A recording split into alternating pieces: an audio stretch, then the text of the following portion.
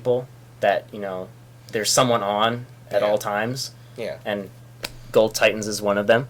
Yeah, I mean, don't get us wrong. We don't mind like people starting up, going on their own and trying to, because that's what we did.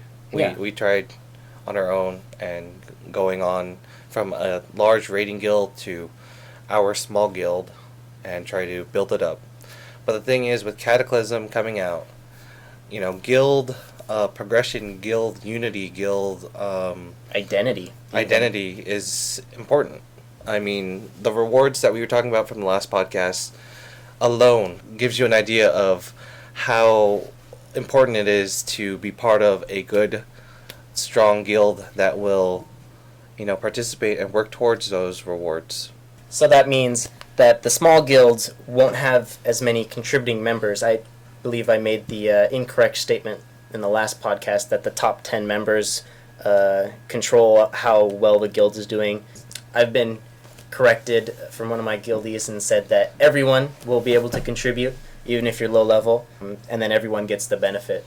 So if you've got a small guild, you don't have many people contributing. If you've got a large guild, you got more people contributing, and you're going to get more rewards and benefits, and you're going to be just happier with the XP bonus, the raid-wide heal, or the res.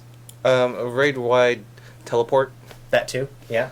The other thing that, what Blizz was trying to do by removing the top 10 players, because that was what the original discussion was for the guild progression, but it's so that 10 players alone won't be carrying the entire guild. Right. That way everyone can contribute.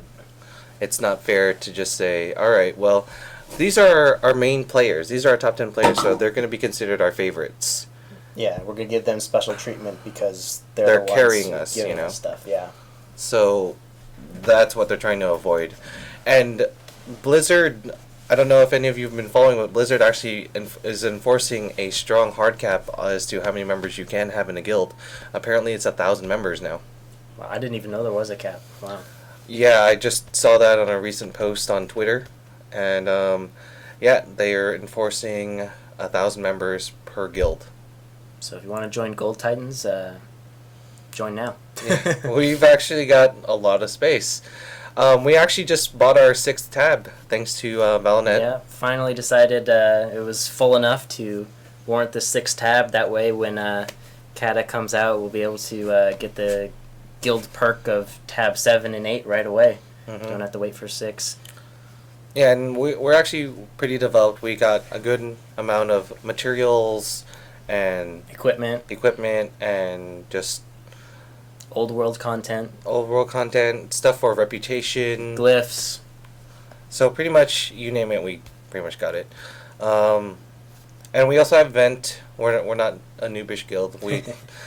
We raid with Vent. Yeah, we even dungeon with Vent, or just hang out in Vent. Yeah, we just even hang out in Vent. If you don't feel like raiding, you don't even feel like signing on to the game, you can sign on Vent with us anytime. And yeah, but we prefer that it's just guildies. Yeah. We prefer that it's just guildies or people that we've run with before, and it's fine. Yeah. But we prefer not to have strangers, so we're not gonna give you our Vent. Just willy-nilly. Yeah. So just letting you all know. So we've already touched a little bit on the patch 4.0. It's coming out Tuesday. We're recording this Monday, so pre-patch. We're excited. Yeah. We're very excited. I'm very excited to be going back to Fire Mage because the new talents. I started a mage as Fire, and then learned Frost was better for leveling, and once I got to raiding, went back to Fire because that's what I knew, and turns out in Lich King, Arcane's the best raiding spec. So in terms of DPS, yes. Yeah, so I've been using that for a long time. It's very powerful, but very boring. So I'll be happy to go back to Fire. Yeah. Another things that are coming out with the patches is the new raid lockout system, which is pretty interesting. You're not going to be just restricted to your raid ID anymore. It's like if you're in a 10-man and you get as far as Starfang, One Night, and your buddy or the rest of the group continues on, you can rejoin them at like Patchwork. Sorry. That's Nax. You were thinking of the other big scary guys, Rotface and Festerget.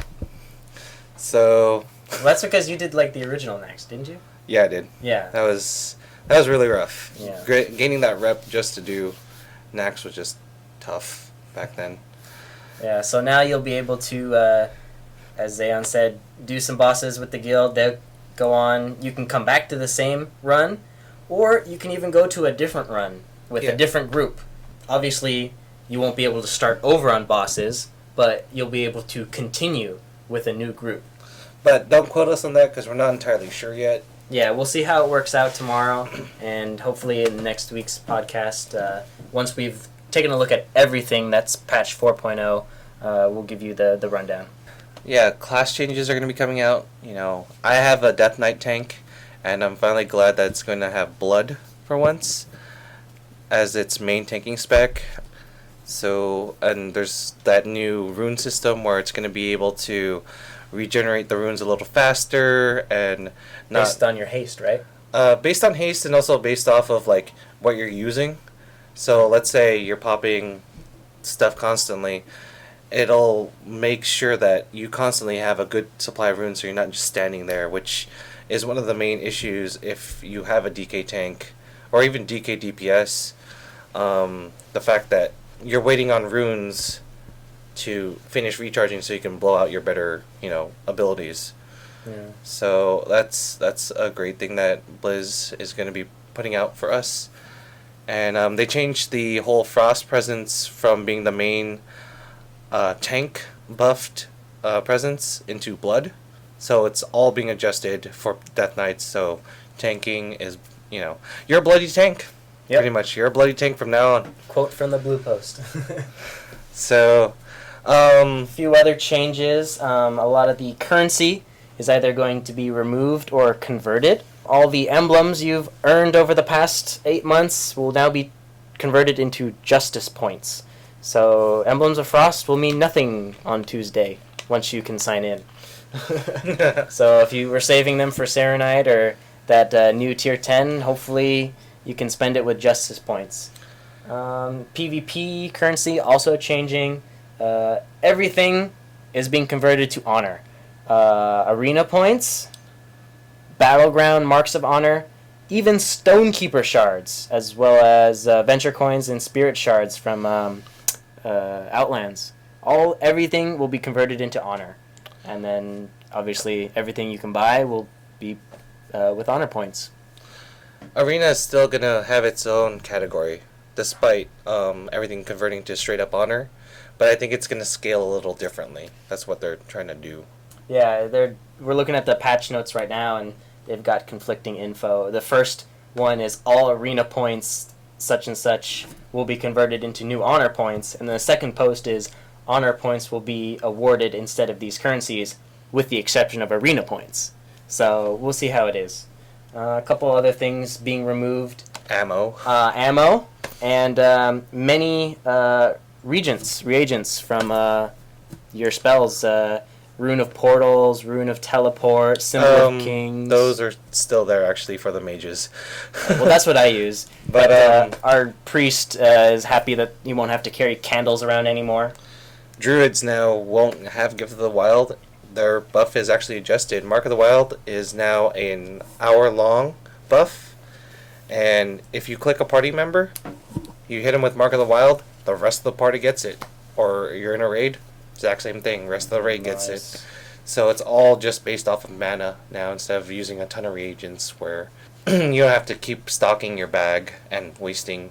Well, you're not really wasting, but having to keep buying and renewing your supply of reagents. Yeah, it's just more of a nuisance than anything to, oh man, I've got 10 Symbol of Kings or I've got 2 Runes of Portal. Let me go and buy some more. Here's 30 silver. Thanks. Okay, bye. It just kind of wastes time. I mean, it's part of the lure and the immersion, but they're taking it out now, so it's kind of a little bit better. Yeah, and rage has been normalized a little bit, so you're not full of rage. Yeah, you won't be overraged and you won't be underraged. It'll be adjusted by your gear. They've spent a long time trying to tweak this. They did it in BC, it didn't work. They learned their lesson, and hopefully it works this time. Yeah, and then since you mentioned gear, the durabilities have been adjusted so that now repair bills will be along the same lines. Yeah, so if you're wearing plate, you won't be gypped because you're wearing plate. The cloth wearers will pay just as much as you. Yeah, and resilience has been changed too, by the way, for those of you who do PvP regularly, like me and Valinet. It's not going to be chance that a player will be critically hit by an opponent anymore. So, but they don't say what it will do now. Yeah, not yet as of the patch notes. Yeah. I haven't tried PvP yet in beta, so I will let you know as soon as I give it a shot. I have my paladin already over there with his full PvP set ready to go. I just need to get into a battleground. See how that works out. So that's patch 4.0. So we decided since it was coming out on Tuesday,